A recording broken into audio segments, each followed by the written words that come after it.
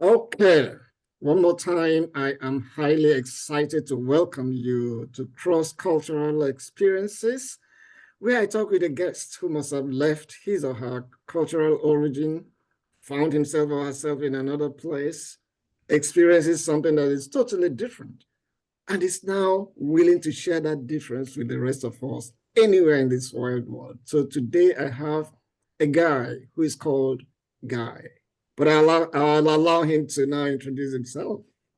Go ahead. All right, I'm Guy Golan. I'm a associate professor at TCU, and I get to work with Uche every day. Yeah, well, it's nice to see you on the other side. All right. Okay, let's share our experience. Any experience you have, maybe two of them. We'll All start right, with one, let's of course. let's do it. Well, first of all, I was born and raised in a small country called Israel.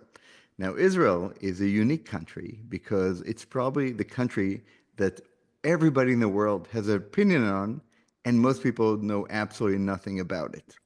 Israel is one of the most controversial brands out there in the world, and it's a really misunderstood country.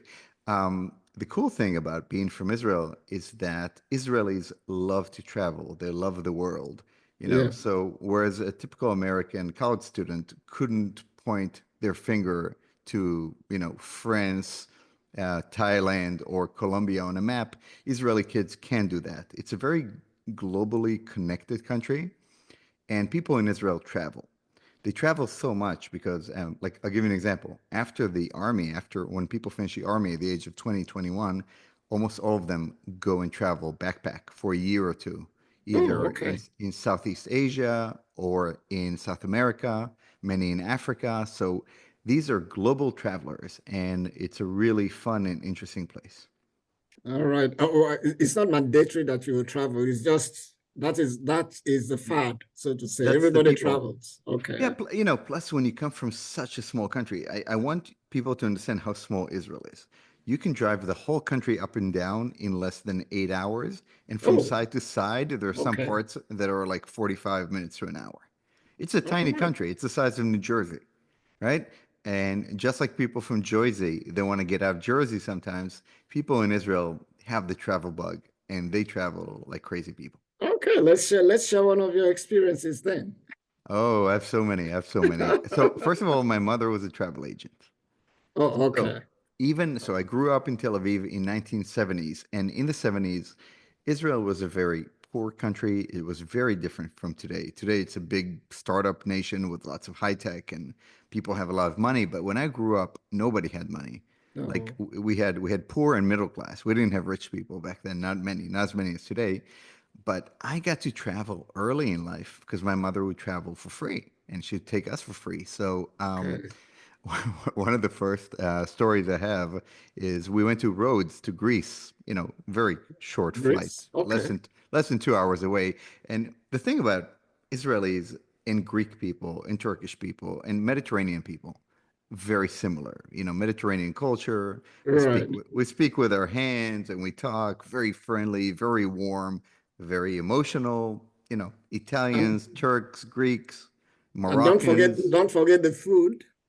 The food, yeah, it's the best food on earth, I would argue, right? We all, the biggest people think the biggest problem in the Middle East is over territory, but really it's about who has the best hummus, and it's really a Okay. source of contention.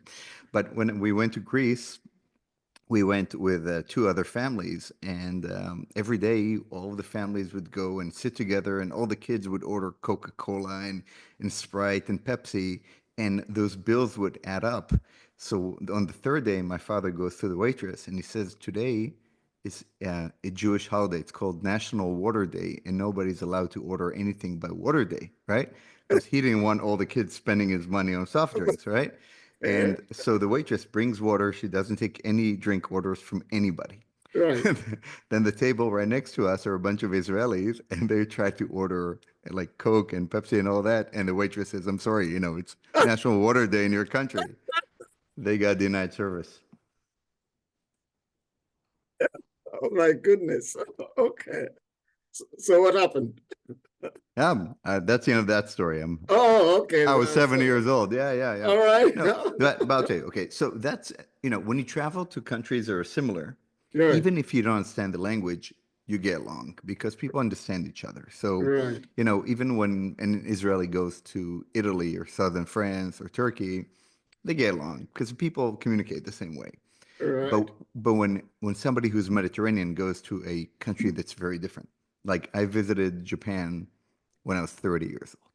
Oh, okay. Wow, Share that experience. I'm what a excited. what a difference! I mean, Japanese people are amazing. They're awesome. I love Japan. I love their food. I love their culture. I love their movies.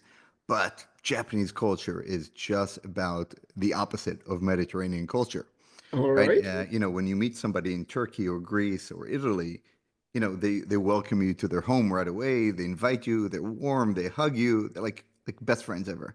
Yeah. In Japan, it's very distant, right? Like I remember walking through Tokyo and people would ignore me. I was a ghost. Nobody looked at me. Nobody spoke Oh, to me. goodness. I spent a week walking around Tokyo and Okinawa and very little interaction with locals. Now, I know this is not true when you come there for business or if you know somebody, but if you're just a backpacker, it's a totally different experience. It's not as welcoming, not as warm. Yeah. What did you feel? How did you feel? Did you feel like, okay, let me go home? Okay, I'm No, done. no, no. I had some local. Anywhere I go, I have local friends, and I'll tell you, I think traveling today is very different than traveling 20 or 30 years ago. So, Right. you know, um, just today, if you're a single person and you use one of the apps, one of the dating apps or any of those, I have friends who travel and they tell me Right.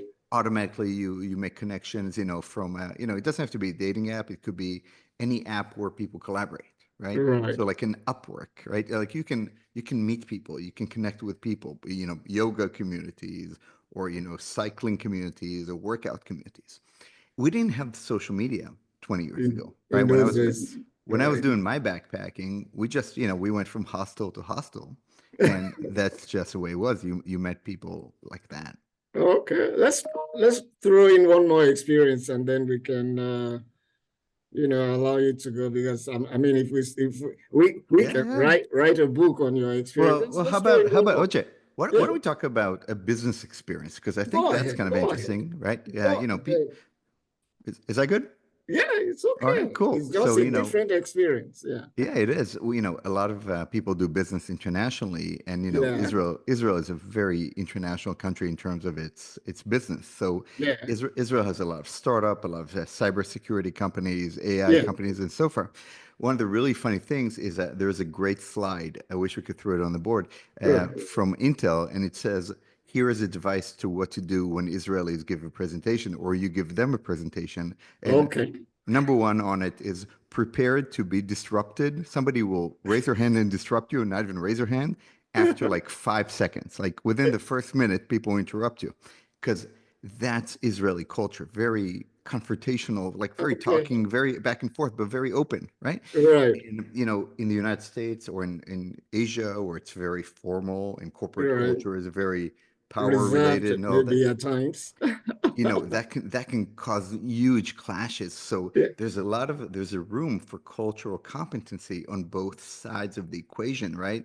Like the Israelis need to learn how to shut their mouths and let somebody finish their presentation, where the other hand, somebody who's being interrupted must understand that it's not a function of being rude, it's just a function of, hey, let's collaborate, let's think together, let's solve problems together. Even that they're paying attention to what you're saying. Absolutely. I wish my students would interrupt me while I was talking. They just sit there and look at me. Yeah. Let me ask you one final question. In all these travels, what have you learned, in all your travels?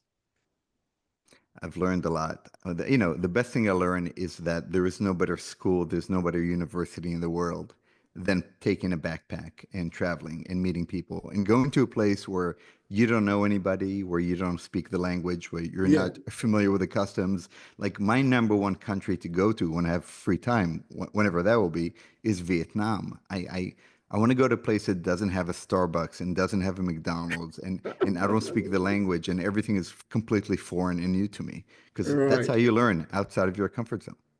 You know what? We have a saying where I come from. We say that a child who is widely traveled has more wisdom than an old man who has remained in the same village all his life. I love it. I love it. It's great.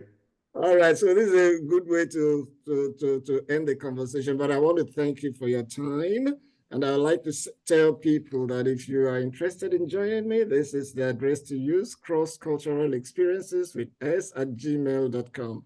Hey, the man who I call Guy, but his real name is Guy. Thank you very much. Okay, And thanks for having me. enjoy the rest of the day.